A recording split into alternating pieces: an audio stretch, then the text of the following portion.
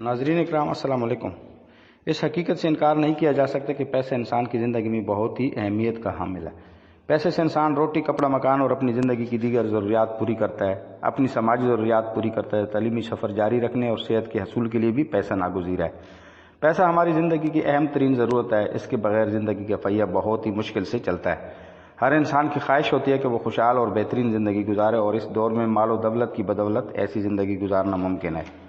پیسہ چونکہ زندگی کے لیے بہت اہم ہے، اس لیے ہر انسان اس کے حصول کے لیے بھرپور تگ و دو کرتا ہے۔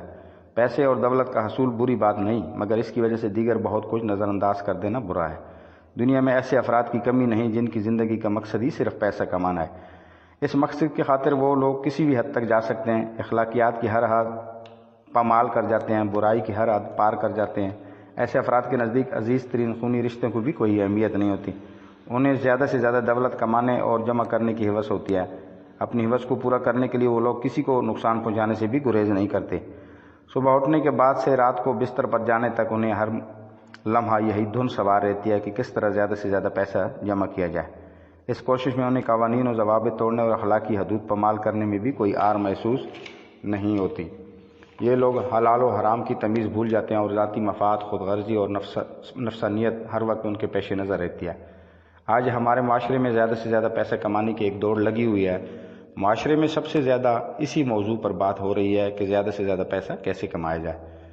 زیادہ سے زیادہ پیسہ کمانا ہمارے معاشرے کے ایک عام آدمی کی زندگی کا نصب العین بن چکا ہے۔ بیشتر لوگ ہر وقت اسی فکر میں مگن رہتے ہیں۔ آج کے نوجوان کے آئیڈیل زبان علم و دانش افراد نہیں بلکہ دولت سے مالا مال لوگ ہیں۔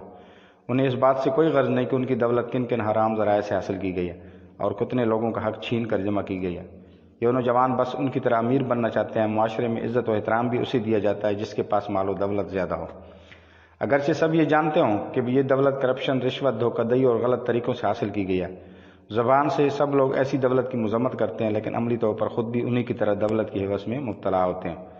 دولت کی ہوس سے انسان حرام و حلال کی تمیز سے محروم ہو جاتا ہے۔ معاشرے میں مقابلے کی دوڑ میں دولت اور ہوس نے ہماری خوشیوں کو محدود کر دیا، رشتوں اور تعلقات کی اہمیت کم کر دی ہے۔ پہلے لوگ بہت مطمئن اور پرسکون زندگی گزارتے تھے، حالانکہ وہ محنت مزدوری کرتے تھے اور انہیں بھی کسی قسم کی آسائشیں میسر نہ تھیں۔ آج دولت کی فراوانی اور بے تحاشا سہولیات کے باوجود بھی انسان بے سکون ہے۔ ہر شخص نے اپنے ذہن میں پیسوں کا تخمینہ بنا رکھا ہے کہ اتنی فراوانی ہو جائے تو زندگی پرسکون ہو جائے گی، اور جب اسے مطلوبہ مقدار میں دولت مل جاتی ہے تو وہ اس سے بھی زیادہ دولت کمانا چاہتا ہے۔ یہ سلسلہ اسی طرح چلتا ہے، کبھی نہیں رکتا۔ پرسکون زندگی گزارنے کے لیے سب سے اہم چیز دل کا مطمئن ہونا ہے۔ دولت کا سکون سے کوئی تعلق نہیں، سکون اور خوشیوں کا تعلق دل سے ہوتا ہے۔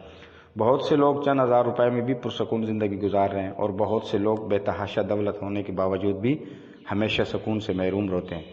اگر خوشیوں کا تعلق دولت سے ہوتا تو غریبوں کے بچوں کو مسکرانا ہی نہ آتا اور کبھی متول شخص ڈپریشن کا شکار نہ ہوتا۔ روپے پیسے سے دنیا کی ہر مادی چیز تو خریدی جا سکتی ہے، مگر احساسات و جذبات، بے غرض چاہت و الفت، قیمتی دولت، وقت اور حقیقی خوشی اور سکون کا کوئی مول نہیں۔ دل کا سکون مال و متاع کا محتاج نہیں۔ انسان دولت کو سب کچھ سمجھتا ہے۔ حیرت کی بات مگر یہ ہے کہ انسان اپنی حفاظت کے لیے دولت کماتا ہے، لیکن اسے خود اپنی دولت کی حفاظت کی فکر میں نیند نہیں آتی۔ والدین زندگی بھر جدوجہد کر کے اپنی اولاد کے لیے دولت کماتے ہیں، لیکن ان کے پاس اپنی اولاد کے ساتھ گزارنے کے لیے وقت نہیں ہوتا۔ انسان دولت اس لیے کماتا ہے کہ برے وقت میں کام آئے، لیکن کبھی ایسا بھی ہوتا ہے کہ دولت کسی کام نہیں آتی۔ علاج کے لیے دولت موجود ہے، لیکن دوا اثر نہیں کرتی۔ دولت کے حصول میں انسان اپنے آپ کو فراموش کر بیٹھا ہے، دوست و احباب سے دور ہو جاتا ہے، رشتہ داروں سے تعلقات منقطع ہو جاتے ہیں۔ دولت کی حصول کے لیے انسان جھوٹ بول کر تجارت کرتا ہے، بدعنوانی کرتا ہے، دوسروں کا حق کھا جاتا ہے، سودی کاروبار کرتا ہے، چوری کرتا ہے، کسی کی زمین ہڑپ کر لیتا ہے، وراثت کی تقسیم میں حقداروں کے حقوق چھین لیتا ہے، چیزوں میں ملاوٹ کرتا ہے، ذخیرہ اندوزی کرتا ہے، حلال و حرام کی تمیز نہیں کرتا، جائز ناجائز کا فرق بھول جاتا ہے۔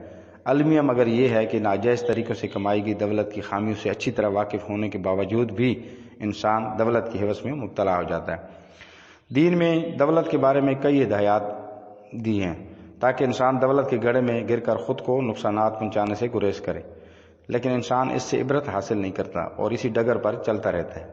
دولت کے دائرہ اختیار کو سمجھنا انسان کے لیے بہت ضروری ہے۔ دولت سے جو کچھ کیا جا سکتا ہے وہی کچھ کیا جانا چاہیے۔ زندگی کا ہر معاملہ دولت پر منحصر نہیں ہوتا۔ بہت کچھ ہے جو دولت سے حاصل کیا جا سکتا ہے، مگر بہت کچھ ہے جو دولت سے کسی بھی طور حاصل نہیں کیا جا سکتا۔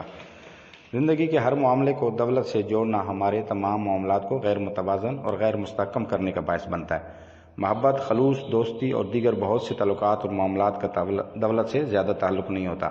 اگر ہم ان معاملات میں دولت کو غیر ضروری طور پر کوئی کردار ادا کرنے دیں تو صرف خرابیاں پیدا ہوتی ہیں۔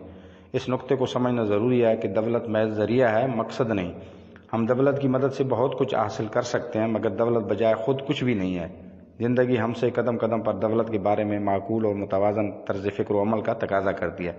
جو لوگ دولت کو ہی سب کچھ سمجھتے ہیں، سب کچھ ہونے کے باوجود بھی وہ ہمیشہ سکون سے محروم ہوتے ہیں۔